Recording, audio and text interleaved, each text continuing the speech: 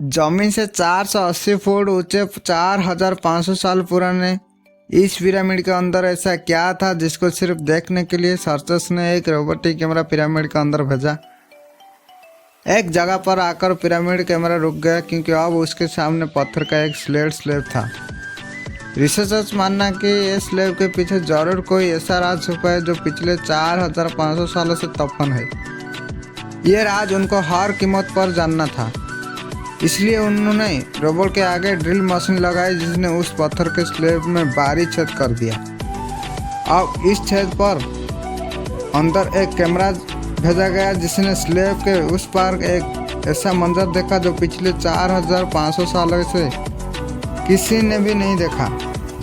मिस्र यानी इजिप्ट में टोटल 138 पिरामिड मजबूत है जिन्होंने पिछले 1000 साल से दर्जन और कई खतरनाक तूफान के सामना किया, लेकिन हैरान की बात उनमें से कोई भी इधर से उधर हुआ नहीं। इनमें से सबसे ऊंचा और बड़ा पिरामिड द ग्रेट ऑफ गिजा और इस पिरामिड का एरिया 13 एकड़ है, यानी इस पिरामिड के अंदर हैरत तर में 1-2 नहीं बल्कि पूरी 9 फुटबॉल फील्ड्स आराम से फिट आ सकती है।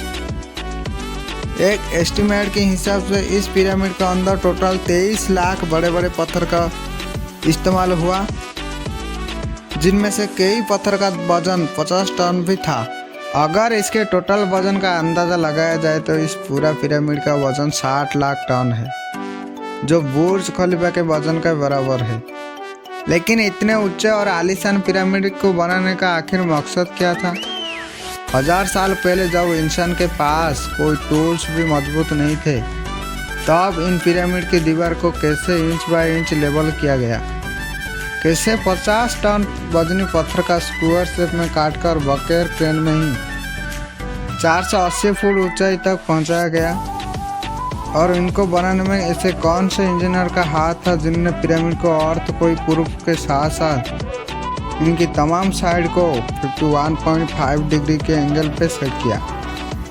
ये सब जान सकेंगे आज के इस वीडियो में, तो आइए शुरू करते हैं। कई समय के बाद रिसर्च टीम इस पिरामिड का कंस्ट्रक्शन टेक्निक जानने के लिए सर जोड़कर बैठी थी कि आखिरकार इस पिरामिड हर side exactly north, south, east और वेस्ट पे बगैर कंपास ये कैसे सेट की गई होगी। कोई एक्सपर्ट के मानना है कि इस टाइम के आर्किटेक्ट्स ने सबसे पहले ऐसी ज़मीन की तलाश की गई होगी जो लाखों टन वजनी पत्थर का वजन झेल सके। उसके बाद पोलर स्टार यानी ये सितारे जिनकी मदद से अर्थ कोई पोल का पता पड़ता है, इनकी मदद से पिरामिड की हर साइड को मार्क किया गया।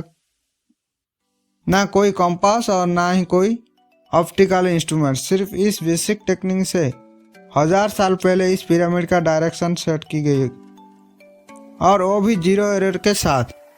जमीन को कैसे लेवल किया? जिस 13 एकड़ जमीन पर इस पिरामिड को बनना था उसका लेवल थोड़ा सा भी आउट होता तो 23 लाख पत्थर के इस पहाड़ का खड़ा होना बिल्कुल भी मुमकिन नहीं था।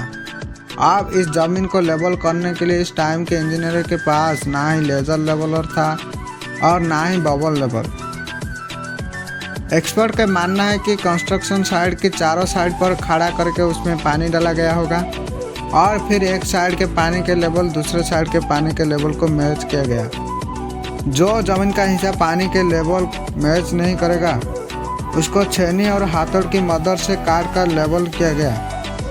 कई एक्सपर्ट का मानना है कि एंशिएंट इजिप्शियन ने इस सिंपल टूल का भी इस्तेमाल किया है, जिसकी दोनों साइड पे लकड़ियाँ और उसके ठीक सेंटर पे रस्सी से पत्थर बंधा हुआ है। अगर पत्थर जमीन से टच हो गया और उसकी रस्सी भी ठीक सेंटर लाइन पे आ गया तो उसका मतलब है कि बीच की जमीन परफेक्ट लेवल है। और पिरामिड कंस्ट्रक्शन साइड से डायरेक्शन भी सेट थी, मार्किंग भी सेट हो चुकी थी और जमीन के लेवल भी सेट था और बारी कंस्ट्रक्शन स्टार्ट करने की, जिसके लिए लाखों टन वजनी और बड़े पत्थर रिकॉर्ड भी थे। लेकिन ये पत्थर काटने के लिए ना ही उनके पास ग्राइंडर थे और ना ही जैकम, लेकिन फिर भी उन्होंने 50 टन वजनी पत्थर काट भी दिया और उनको स्क्वायर या रेक्टेंगल शेप भी दे दिया। लेकिन आखिर किसकी मदद से? जी हाँ, यही है, और सिर्फ एक टूल था जिसकी मदद से पत्थर को काटा गया। एक्सपर्ट का मानना है कि पिरामिड कंस्ट्रक्शन पे इस्तेमाल होने वाली छेनी सिर्फ कॉपर से ही नहीं बनी थी, क्योंकि उनको भी ये बात मालूम था कि कॉपर नरम होता है और पत्थर नहीं काट सकता, इसलिए उसमें एक केमिकल आर्सेनिक भी शामिल किया गया था। कॉपर और आर्सेनिक से बनाई जाने वाली ये छेनी लकड़ियों के हथौड़े से पत्थर पर ठोकी जाती थी और कई घंटे की मेहनत के बाद बड़े बड़े पत्थर शेप में लाया जाता है। अब चुके ये खासे किस्म का पत्थर जिसको आज लाइमस्टोन कहा जाता है, उसकी कटाई पिरामिड कंस्ट्रक्शन साइट गीजा से 250 किलोमीटर दूर दोरा के शहर में हो रही थी। अब मसला था ये पत्थर गीजा तक ट्रांसपोर्ट करने का। हर एक पत्थर का 50 टन यानी 50,000 केजी के बराबर था। एक पत्थर की वजन तकरीबन 5 हाथियों के वजन के बराबर है और ऐसे 23 लाख पत्थर सिर्फ एक पिरामिड में इस्तेमाल होना था। इतना ज़्यादा वजन ट्रांसपोर्ट करने के लिए ना ही उस दौर में कोई जानवर काम आ सकता था और ना ही कोई उनके पास ट्रक मजबूत है। हालांकि अगर आजकल के जदीद दौर में भी ये काम करने पड़े तो ट्रांसपोर्ट कंपनी को अच्छा खासा टफ टाइम आएगा। हैरत एंगेज दौर में ये काम वर्कर्स और कश्तियों की मदद से किया गया। जी हाँ, दोरा और गीजा के दरमियान मजबूत रिवर की फुल फायदा उठाया गया और बड़ी बड़ी कश्तियों में पत्थर लाद कर पिरामिड साइट पर पहुंचाया गया।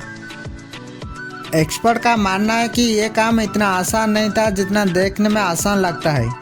इतना बड़ा पत्थर की लोडिंग और अनलोडिंग में कम से कम 500 मजदूरों की एक ही वक्त में लगाई गई। जो एक्सपर्ट की टीम पिरामिड के कंस्ट्रक्शन की रिसर्च कर रही थी उनको अब अपने कई सवाल के जवाब मिल चुके थे, लेकिन एक बात उनको हर वक्त सता रही थी कि लाइमस्टोन कट भी गए, ट्रांसपोर्ट भी हो गए और कंस्ट्रक्शन के दौरान एक के ऊपर एक लगना भी शुरू हो गए। मसला है कि पत्थर इतनी ऊंचाई तक आखिर पहुंचाया कैसे। कई एक्सपर्ट की मानना है कि पिरामिड कंस्ट्रक्शन से पहले ही प्लान कर लिया होगा, या तो ये स्पाइरल ट्रैक जरिए ऊपर गई होगी या फिर जिगजैग तरीके से। लेकिन ये बात तो था कि 50,000 केजी के पत्थर ऊपर मजदूरों की सहायता से खींच कर गए होंगे। बात सिर्फ लाखों मजदूरों छेनी हथौड़े से लाइमस्टोन काटने और इतने बड़े बड़े पत्थर को ट्रांसपोर्ट करने की नहीं थी। इस पिरामिड के अंदर कंपार्टमेंट, उनके अंदर जाने का रास्ता और कई छोटी छोटी सुरंग भी बनाई गई थी। बाकी सब चीज़ तो ठीक थी, लेकिन एक चीज़ एक्सपर्ट को हैरान कर गई और ये थी कि अंदर के कंपार्टमेंट में जो पत्थर इस्तेमाल हुआ था वो लाइमस्टोन नहीं बल्कि ग्रेनाइट था। जी हाँ, ग्रेनाइट एक ऐसा पत्थर है जो डायमंड के बाद दुनिया का सबसे सख्त तरीन स्टोन माना जाता है। आजकल के मॉडर्न दौर में भी ग्रेनाइट बड़े बड़े ग्राइंडर की मदद से काटा नहीं जा सकता है। दुनिया भर में कई आर्कोलॉजिकल एक्सपर्ट को पिरामिड विजिट भी करवाया, लेकिन किसी को भी इसी बात का सुराग नहीं मिला कि 4500 साल पहले इजिप्ट ने ग्रेनाइट जैसे ठोस पत्थरों को इतने सफाई से कैसे काटा था। आखिरकार कई सालों के बाद एक्सपर्ट ने इस मिस्ट्री को भी सॉल्व कर दिया। इजिप्ट ने ग्रेनाइट को इतनी सफाई से एक ऐसी आरी से काटा था जिसका दांत ही नहीं थे। जी हाँ, बगैर दांत वाली इस आरी के दोनों साइड पर वजन डालकर उसको ग्रेनाइट पर चलाया जाता था और बीच में बजरी डाली जाती थी। एक्सपर्ट का मानना है कि इस तरीके से इतनी बड़ी बड़ी पत्थरों को काटने में 4 महीने का वक्त लगता था। आखिरकार पिरामिड बनाने का मकसद क्या था? इन पिरामिड को बनाने में कितने मजदूर एक ही वक्त में काम करते थे? और रोबोटिक कैमरा ने जब पिरामिड के अंदर पत्थर के स्लैब में सुराग किया तो उसने अंदर वो कौन सा मंजर देखा जो पिछले 4500 सालों से किसी ने भी नहीं देखा था।